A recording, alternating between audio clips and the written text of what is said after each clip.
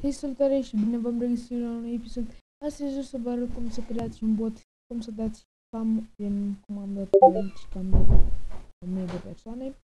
Bun, prima dată vă duceți pe ăsta, vă duceți la bot, dați create a new bot. Eu o să pun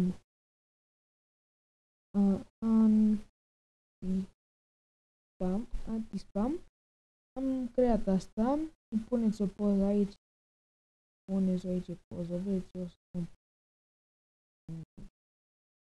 Discord, dăm save, dăm aici la, cum se numește el, dăm bot și administrator. Ok, bun, după băgăm add bot, yes do it, și dăm pe copy token. Ok, deci prima dată scrieți aici, a doua, după scrieți aici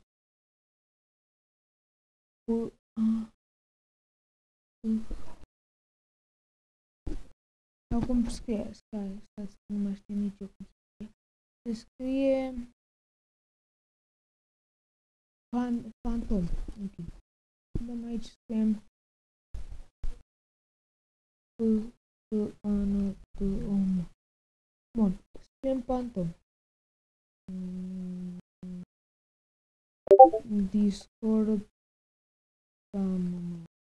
Discord spammer.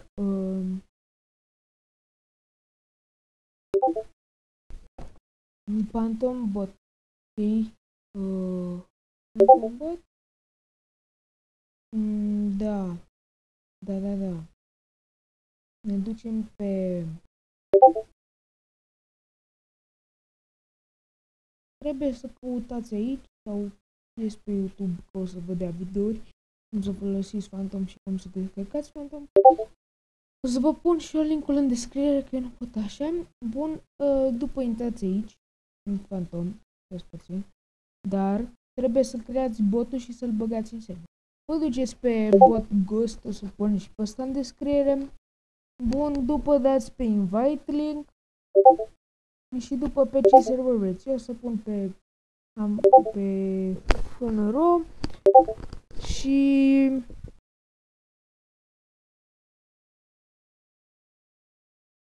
mă duc aici. Bun, după ce l-am invitat să apară aici. Am 1000 de mesaje de la botul ăsta. Asta puțin că trebuie să băgăm tokenul întâi. Vă duceți aici, dați un new bot, băgați tokenul, trebuie să neapărat să dați copii la tokenul acesta.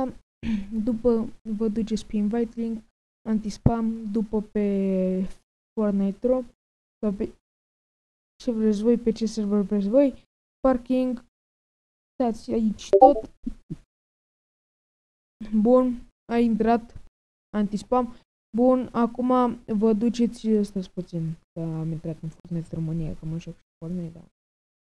Apăsați tasta 1, vă duceți aici la final și apăsați tasta 1, dați Enter Token, dați Ctrl plus V, după o să așteptați 5 secunde să se facă, să se proceseze.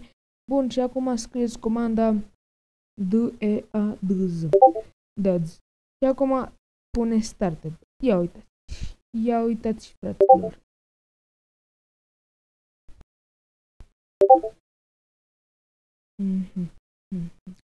Eu cu asta pot să dau troll la cine vreau eu, gen dacă așa.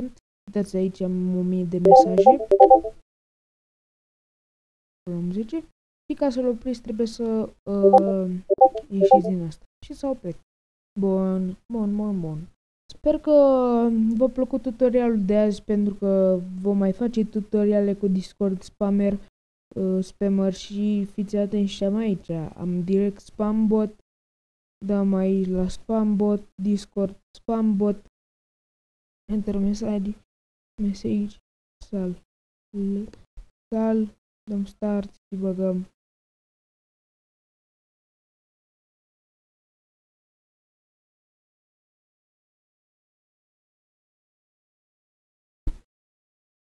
Ia uitați cum spamează.